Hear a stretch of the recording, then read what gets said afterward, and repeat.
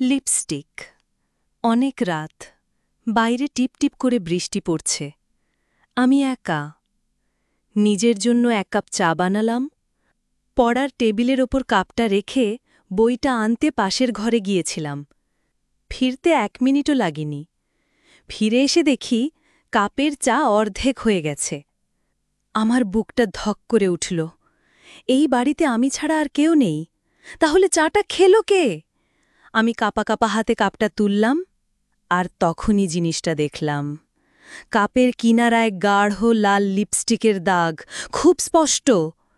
আমি কাপটা হাতে নিয়ে স্থির হয়ে দাঁড়িয়ে রইলাম। আমার মনে হল, যিনি চা খেয়েছেন তিনি এখনও আমার ঘরেই কোথাও আছেন, খুব কাছে, এবং আমার দিকে তাকিয়ে হাসছেন।